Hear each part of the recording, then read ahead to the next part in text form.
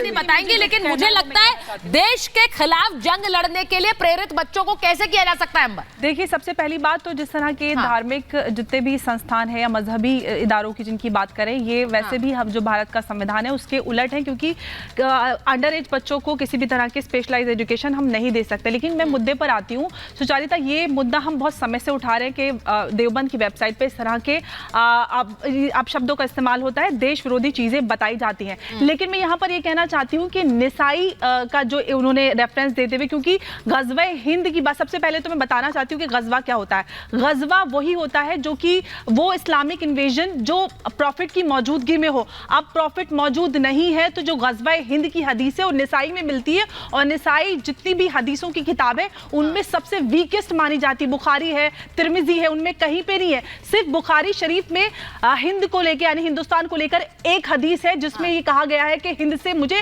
ठंडी हवाएं आती है, जो हुजूर सल्लल्लाहु अलैहि वसल्लम ने कहा। उसकी बात नहीं वहां पे की जाती, लेकिन इस तरह की हदीसें जहां पे गजवा हिंद की बात होती है, इस तरह की बेतुकी चीजें देवबंद सिखाता है, पढ़ाता है। मौलाना मनाजिर हसन ने 1956 में कहा था कि देवबंद का दारुल उलूम का जो सिलेबस है वो इररेलेवेंट है, उसको बदलना चाहिए। यूपी सरकार को इस पे कदम उठाना चाहिए कि इररेलेवेंट चीजें वो उठाना पड़ेगा, वो कदम उठाना पड़ेगा, क्योंकि किसी तरह की जंग के लिए प्रेरित नहीं कर सकता। 1000 साल बाद होगा, आपकी हिम्मत कैसे होगी 1000 साल बाद आप देश में गजवा करेंगे? और सवाल बोला कैसे, आपने बोला कैसे कि आप गजवा करेंगे? आपकी इतनी हिम्मत, बिलाल जी, क्या भारत में बैठकर भारत के गजवे की बात करते हैं? लामती मैडम, आप बेतु की बात नहीं करेंगे। इंडिया बात करते हैं, चिल्लाओ मत। आपकी बात की तो मैंने भी तारीफ की, लेकिन हकीकत तो कुछ और है जो वहां दिख रही है कि मीरे और आपको आई ठंडी हवा। एक सेकंड, मैं बिलाल की और फिरोज आपने बोला कि फिरोज, अच्छा एक सेकंड,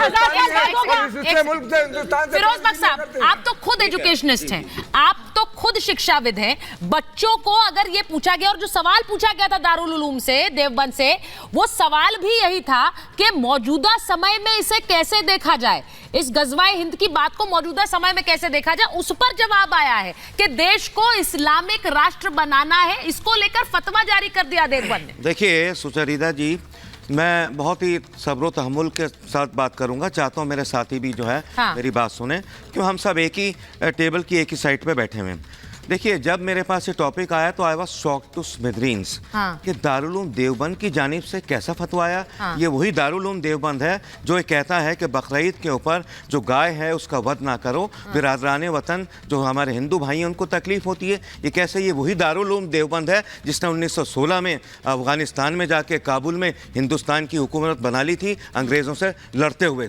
तो आई वाज शॉक्ड टू स्मिथरीन्स। और ये अभी इन्होंने अंबर ने जो है जो मजहबी बताया कि हदीसों का 20,000 हदीसें हैं, और एक हदीस मुसलमानों से ये भी कहती है हुब्बुल वतनी निस्फुल ईमान, कि एक मुसलमान का आधा ईमान, जिसकी तायद इन्होंने भी करी, हारिस भाई ने, और हमारे ये भाई भी करेंगे। आधा ईमान मैं कहता हूँ पूरा ईमान मुसलमान का जो है वतन से मोहब्बत करना, नेशनल संस्कारवादी होना, नेशनलिस्ट होना, यही एक मुसलमान का सबसे बड़े। और मैं एक चीज़ और कहूँगा, अरे इसमें मतलब जिसने भी गज़वे की बात करी है ना, वो अब आएगा ना 1000 साल बाद आएगा, जब तक हमारे जैसे फिरोज बख्श जैसे मुसलमान हैं, अंबर जैसी मुस्लिम बच्चियां हैं, हारिस साहब जैसे पढ़े लिखे मुस्लिम हैं, गज़वे का कोई मतलब नहीं होता।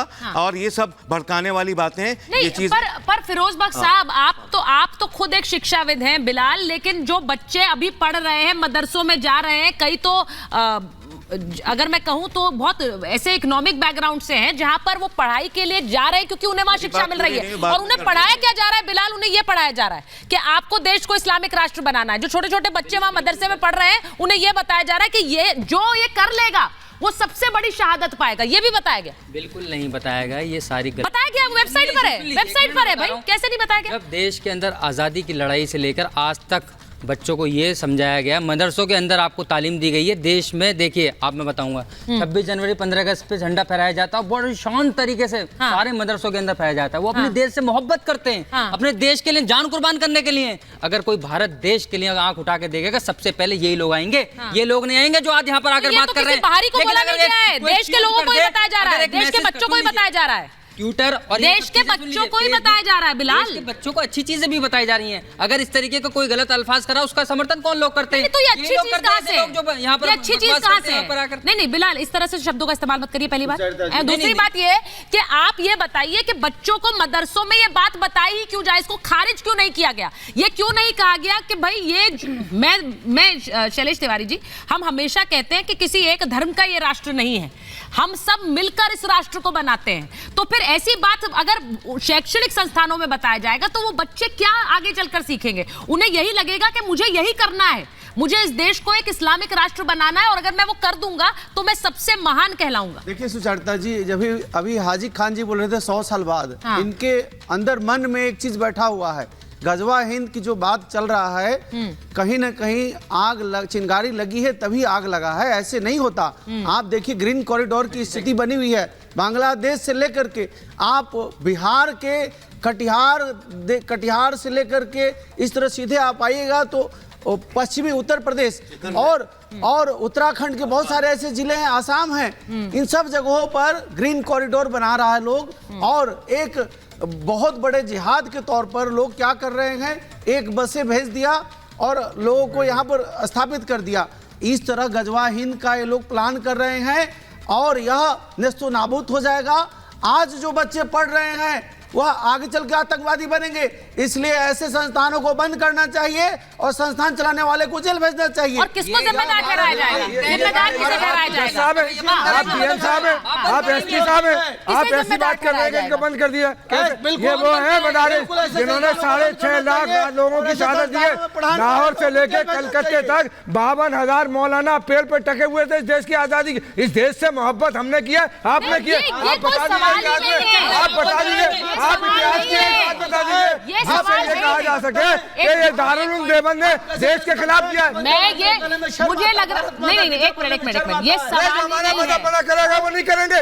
मैं प्रेम कुमार जी के पास जा रही हूँ, एक मिनट आचार्य जी, एक मिनट, मैं प्रेम कुमार जी के पास जा रही हूँ। मेरा सवाल सुन लीजिए मेरी बात। अच्छा एक मिनट आचार्य जी, एक मिनट, ऐसे नहीं, एक मिनट, मैं प्रेम कुमार जी के पास जा रही हूँ। अच्छा आज़िक खान साहब फुल स्टॉप लगाइए प्लीज। मैं प्रेम कुमार जी आपसे पूछ रही हूँ, ये जो पढ़ाई दी जा रही है दारुल उलूम में, हम जानते हैं कि सिर्फ भारत तक सीमित नहीं है और ये यहाँ पर सबसे बड़ी शैक्षणिक संस्था, जब हम कहते हैं मदरसों में बच्चे पढ़ते हैं, उन बच्चों को क्या सिखाया जाएगा? एनसीपीसीआर ने कहा है, जो संस्था है बच्चों के लिए जो काम करती है, राष्ट्रीय संस्था है, उसका ये कहना है कि बच्चों के मन में जहर घोला जा रहा है ये पढ़ाकर, क्योंकि उन्हें ये समझ आएगा कि हमें अपने देश के खिलाफ ही एक जंग लड़नी है और इसीलिए कहा है कि इस पर एफआईआर होनी चाहिए, ये वेबसाइट बंद करनी चाहिए जिस पर चिपका दिया गया है बड़ा बड़ा कि यही करना है, गजवा हिंद करना है। पीएफआई भी तो वही कर रहा था। पीएफआई के साथ क्या हुआ? पीएफआई नहीं कर रहा था क्या? ये प्रेम कुमार सुचरिता जी, ये जो आप बोल रही है होना चाहिए, ये करना चाहिए, एफआईआर होना चाहिए, सरकार किसकी है? किसकी है सरकार? भाई योगी आदित्यनाथ जी की सरकार है। अगर उनको लगता है कि एक संविधान के खिलाफ है तो संवैधानिक तरीके से एक्शन लगता है तो बाद में आएगा। आपको क्या लगता है? नहीं, बात तो वही होगी ना। अपना पॉइंट बताइए। उन सरकार किसकी? हमारे तो ये मान, हम अपनी ठीक है, हम अपनी बात भी रख रहे हैं, आप प्रश्न कर रहे हैं। हमारे देश में बहुत सा धार्मिक कट्टरता हर जगह है और फिर इसके बावजूद हम समरसता और सौहार्द खोजते आए हैं और साथ में रहते आए हैं।